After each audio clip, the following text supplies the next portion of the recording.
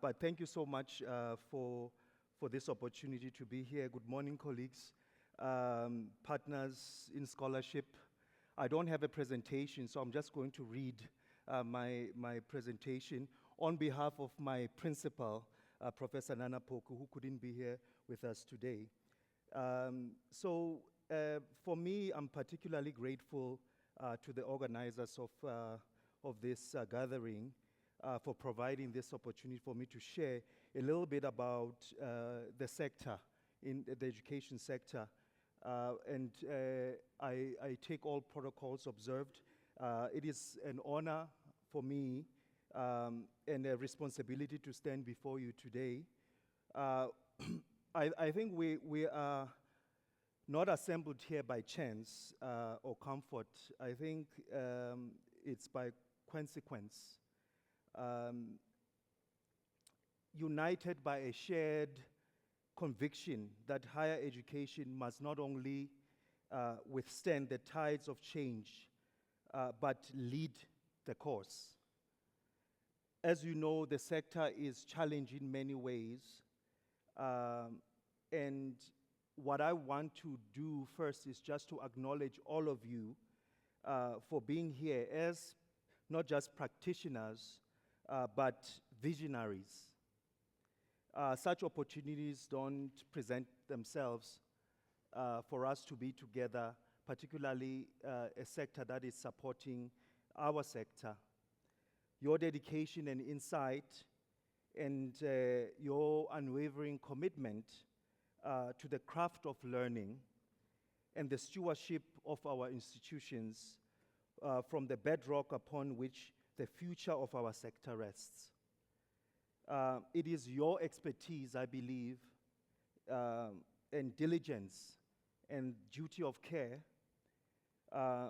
to the integrated workings of our universities that sustain us in times of uncertainty. And I listened very tentatively to my esteemed colleague who presented quite a number of data that we relate to as a sector.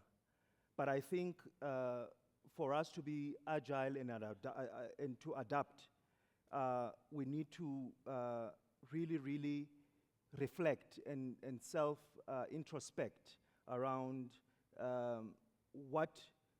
whether are we relevant in the space or we're being pretty much outdated in the way in which we provide education.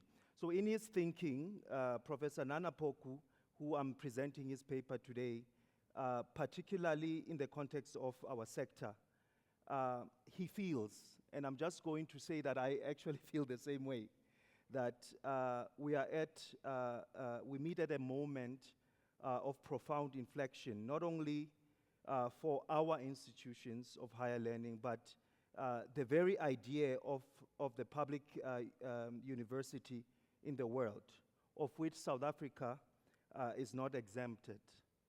Across the globe, and we heard from our esteemed colleague a bit in terms of the data that he presented, that the very foundations of higher education are being redrawn by one fundamental question: are our institutions truly relevant to the world we serve? And I think as part of the discussion around this, we really have to really think deeply around the whole notion of the prestige that most of our traditional universities have had is no longer sufficient. Students, employers, policymakers, and communities at large are scrutinizing the value of the education that we offer with intensity. Our task, therefore, is not just to endure this moment, but to define it very boldly, ethically, and with purpose. I believe this gathering has offered us an opportunity to begin that reflexive process. And I think, and I just want to acknowledge our host and give them the credit for that, for us to reflect around these matters. But to do justice to the work that we do, we need to understand the forces at play, changing the higher education sector. The sector, as I've mentioned previously, is being shaped by three powerful and deeply interconnected forces that really demand us our urgent attention, particularly our leadership in the boldest form. The first one is competition. Second one, expectation. And then the third one is constraints. And I'll go through most of those. The first force sharing the sector is competition. And I think it's the proliferation of service providers. As we have seen, the higher education sector has changed for a while. And my esteemed colleague did mention the mistakes that we have made in terms of what we could have done in terms of the tertiary education and moving towards AI and all of that. But the era in which traditional universities held exclusive way over higher learning has definitely ended. Right? Today, an energetic and fast-evolving ecosystem of private providers, including corporate academies, ed-tech platforms, and for-profit colleges, competes directly for the attention and enrollment of learners worldwide. We have seen this. These new entrants are not only providing a different type of opportunity for access to learning, but they also excel at rapidly aligning their offerings to the ever-shifting demands of the labor market. For instance, in India, quite a number of institutions that deliver highly personalized digital content to millions. While in the United States, Google's career certificates are now recognized by major employers, providing learners with alternative pathways to meaningful employment. Yet this transformation is not merely a matter of affordability or convenience. It poses a profound challenge to the very heart of the university as we know it. In a marketplace brimming with choice, what enduring value does the university offer? The mere defense of tradition is insufficient. Instead, universities must respond to both strategic engagement and renewed confidence in their distinctive role.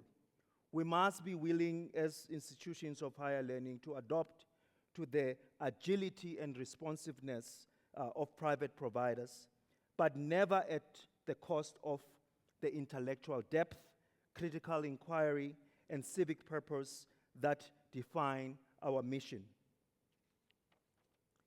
The stakes could not be higher.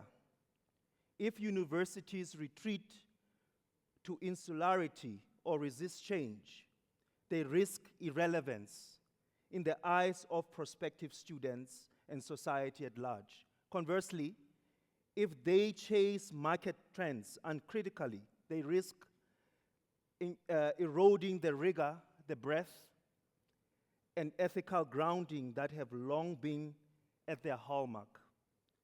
True innovations must be anchored in a commitment to the common good, ensuring that educational transformation does not simply serve immediate market needs, but enriches public life, sustains democratic engagement, and equips graduates with both employment and citizenship.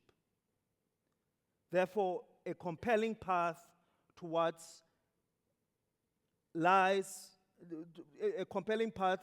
lies in forging a meaningful partnership.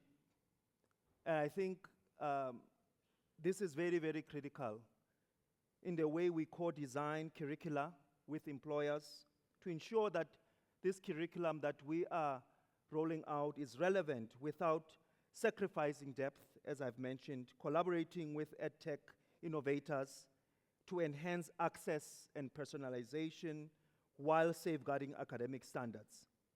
We also need to develop shared research platforms that leverage public and private expertise.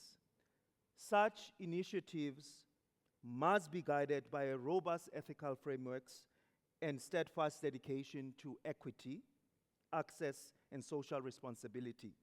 So universities are uniquely positioned not only to adapt to disruption, but to lead it, setting standards, shaping policy, and upholding values that ensure innovation serves the public interest rather than narrow commercial gains.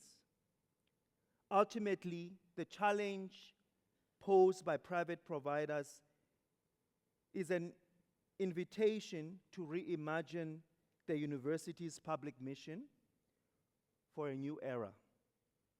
By embracing collaboration without abandoning the core principles, by also championing both excellence and inclusion, we can ensure that higher education remains not just competitive, but indispensable to the flourishing of individuals and societies alike.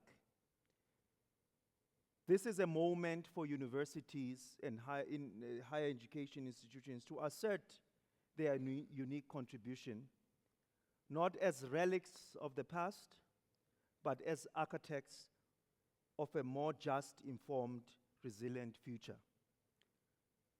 The second force shaping the sector is expectation, and this surrounds student choice. Yeah.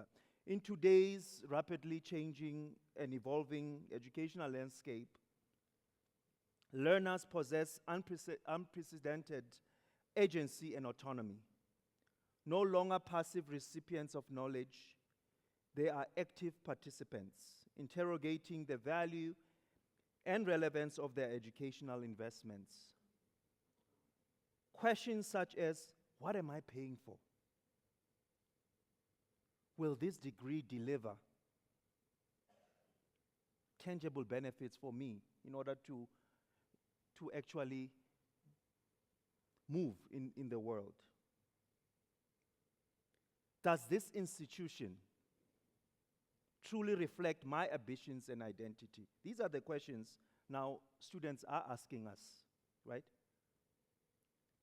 And these are questions, as they are reflecting on them, they're making decisions in terms of where do they want to go to university or to pursue higher learning. This heightened empowerment of our students is fueled by the transparency of institutional data. Students can analyze rankings, examine graduate outcomes, scrutinize peer reviews of their lecturers, etc., and consult social media networks before committing to a particular path. They expect and increasingly demand flexibility in their learning journeys. For example, we saw with COVID, the learnings that we've learned there in terms of online study. They also would like to accumulate a number of credentials, what some call micro-credentialing, and modular pathways that have become non-negotiable prerequisites for modern learners. So the Open University's innovative employer-like linked micro-credential stands as a powerful testament to the new landscape, offering real-world relevance and adaptability for diverse career trajectories. However, this surge in student empowerment presents a powerful and a profound paradox. As higher education fragments into discrete transactional units, micro courses, certificates, bite-sized qualifications. The holistic experience of students or of their university life is at risk. The rich tapestry of debate, discovery, reflection, which has long defined the university's intellectual community, may be diminished. The shared rituals that foster deep learning and personal growth can easily be sidelined in favor of convenience and immediate utility. Compounding this challenge is the digital divide. My esteemed colleague delved deeply into that. The digital divide remains a stubborn barrier. While some students employ boundless choice, others lack reliable access to technology, resources, or guidance, thereby perpetuating inequalities in educational opportunity. Our imperative then is twofold. First, we must embrace the call for personalized learning, recognizing the diversity of aspirations, backgrounds, and life circumstances that characterize our student body. This requires not only a flexible curricula and accessible digital platform, but also a robust support system, academic advising, mentoring, inclusive pedagogies that empower every learner to make informed choices. Second, we must safeguard the integrity of the intellectual community, ensuring that the university remains at the center, remains meaningful, remains engaged to the transformative growth of our students.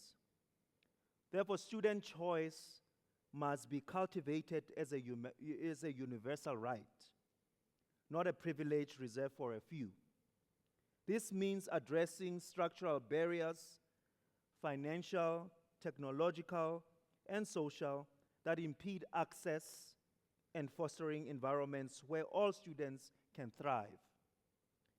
As we navigate the future of higher education, our challenge is clear, colleagues, to harness this empowering force of student choice while remaining steadfast in our commitment to inclusivity, intellectual depth, and public good.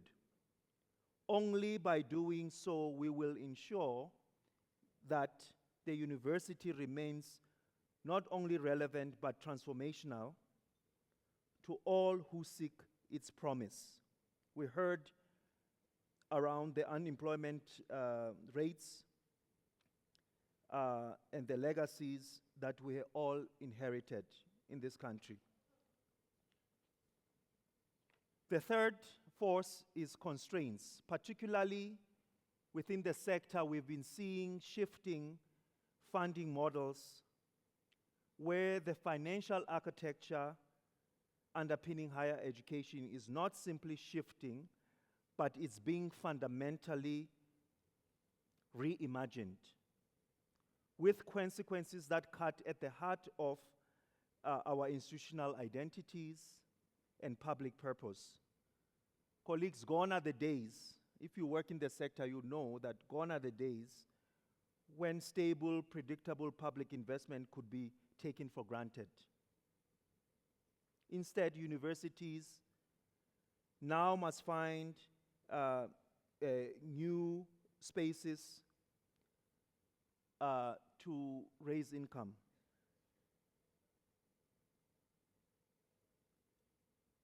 In many countries, the move from block grants to tuition-driven models and contract research has redrawn the boundaries of what is possible and permissible within our institutions.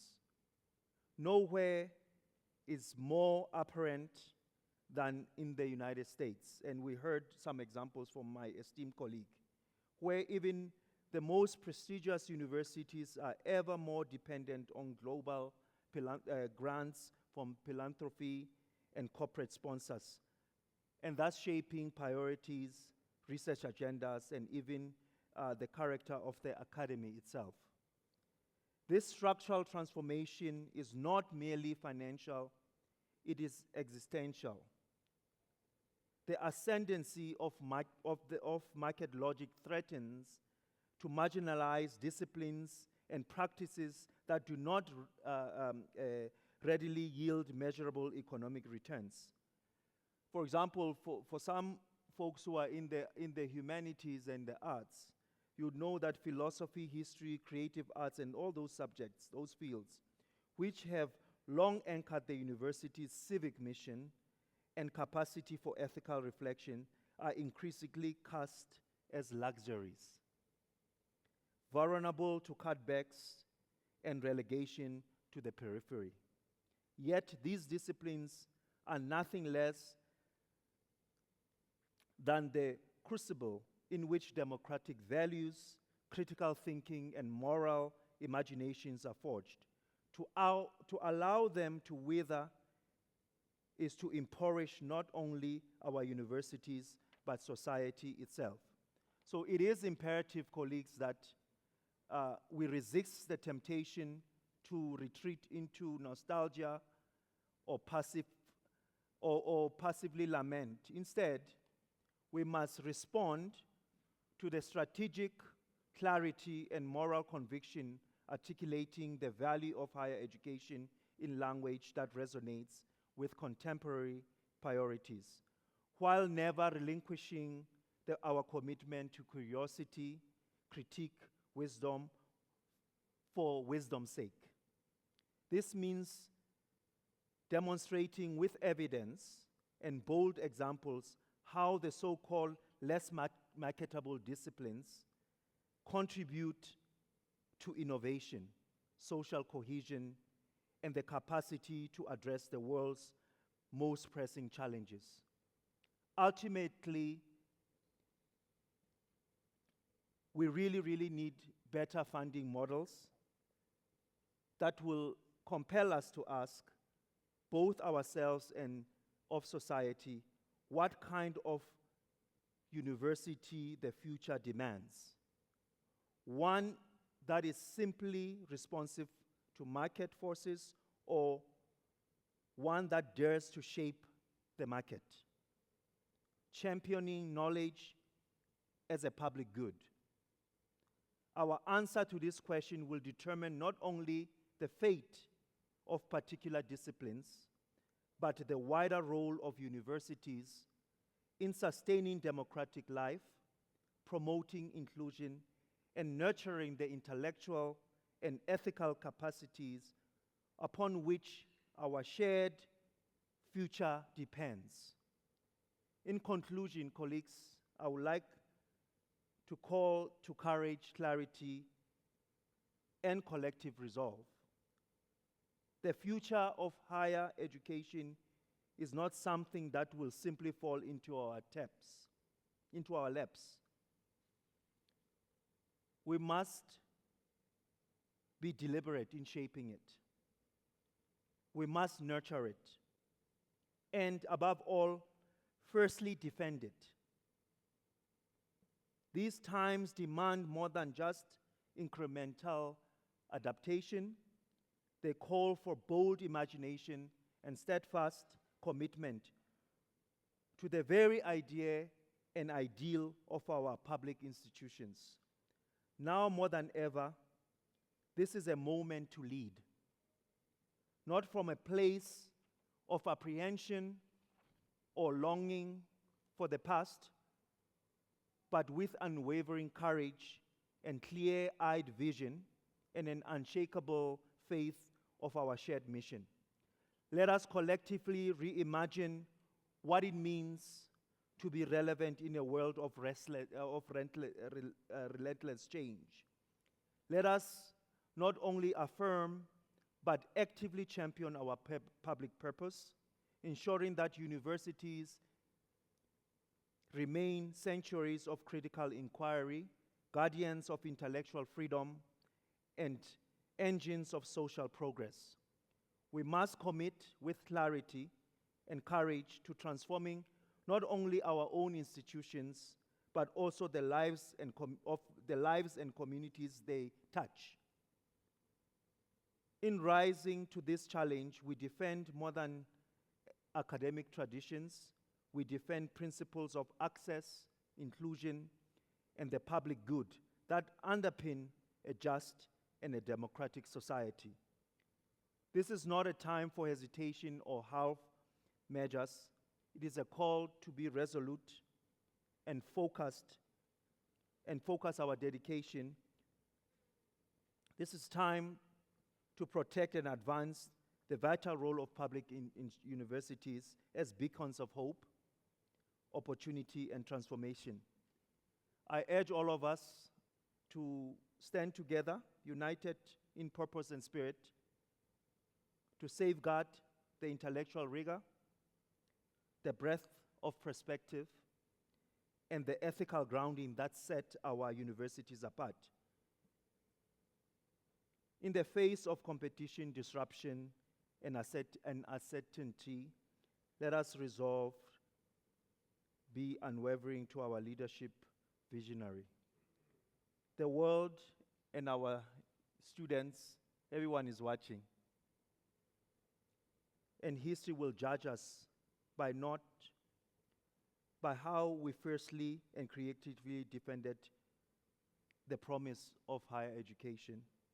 Let us ensure through our collective resolve and principled action that higher education remains the only relevant and resilient but transformational for generations to come. The responsibility is all of ours. And there's no greater cause than this. Thank you.